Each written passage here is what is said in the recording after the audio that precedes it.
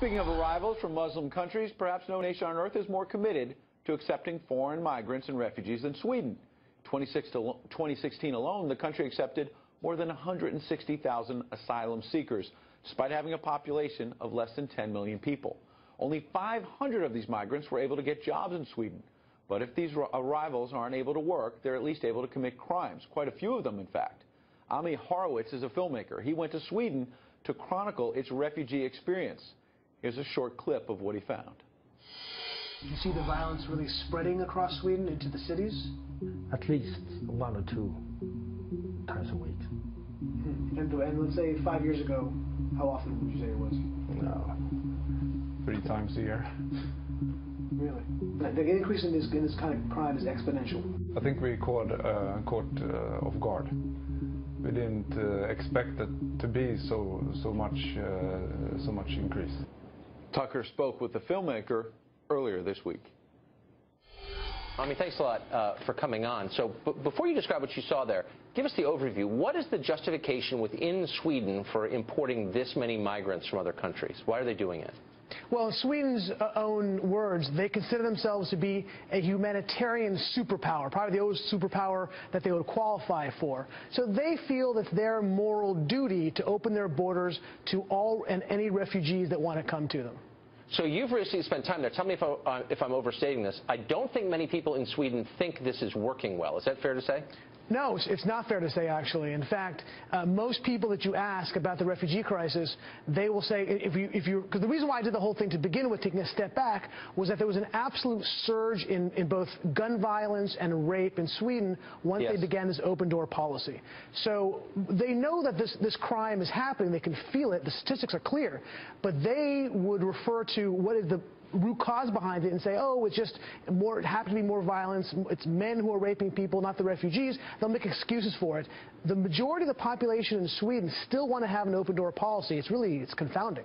Huh, that's remarkable. Now, the statistics on the crime rise that you just referred to, there have been reports in the American press that those statistics are either closely held by the Swedish authorities or they've been manipulated by the Swedish authorities to downplay the role of migrants in those crimes. Is that true? Well, it depends. The crime statistics are the crime statistics, and they're not closely held. They're open to the public, and they do show this incredible surge of violence. What may actually be the problem is that they oftentimes try to cover up some of these crimes.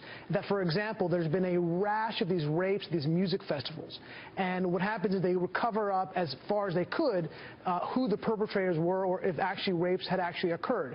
Now, obviously, when you have so many people witnessing these rapes, they're difficult to do, and they've come out to the public. But I think that's kind of what they're referring to, that the government has gone out of its way to try to cover up some of these problems. That is grotesque. So to the job numbers, we had in the intro something like 160,000 asylum seekers, only 500 wound up working in Sweden. That leaves a lot of unemployed people. What are they doing and how are they living? Oh, they live great, Tucker. I mean, it's one of the most generous, financial programs that they have in terms of the amount of money they're giving to them, the housing benefits they get, the education benefits they get, the cash benefits they get. So they have these, and what they really become are no-go zones. These are areas that cops won't even enter because it's too dangerous for them. This is the policy of the National Police Authority in Sweden. So they live in these enclaves, which, by the way, are lovely. They're leafy neighborhoods. They're beautiful apartments. And they are sitting around. You're right. It's difficult to get jobs. There's too many of them. But they have tremendous benefits there, which is why so many of these migrants are going to Sweden to begin with. Now, we know that the masochism of the West really knows no bounds at all. So I believe you when you say that it's not often people say out loud, I'm dissatisfied with this arrangement. I know Swedes, though, who at least in private will say this is a disaster. What's the social sanction for saying that out loud? Can you just say, this isn't working, or do people come down on you for saying something like that? Oh, you can say it, but you're a racist. You're a xenophobe, right? You're Islamophobe. When I was out there, I remember I was at this kind of swanky party in Stockholm, and I started discussing what I was doing there, and the entire party kind of gathered around me and started yelling at me that all those things. I'm a xenophobe. I'm a racist. I'm anti-Islamic.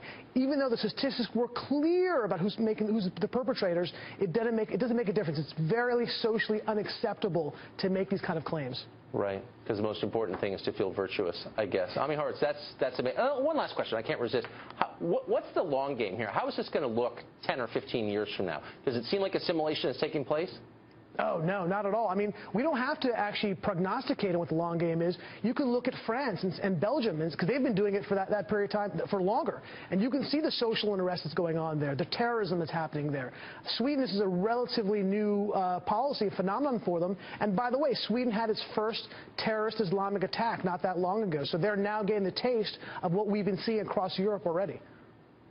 Sad. Thanks a lot for joining us. I'm Horowitz. Appreciate it. Thanks, Tucker.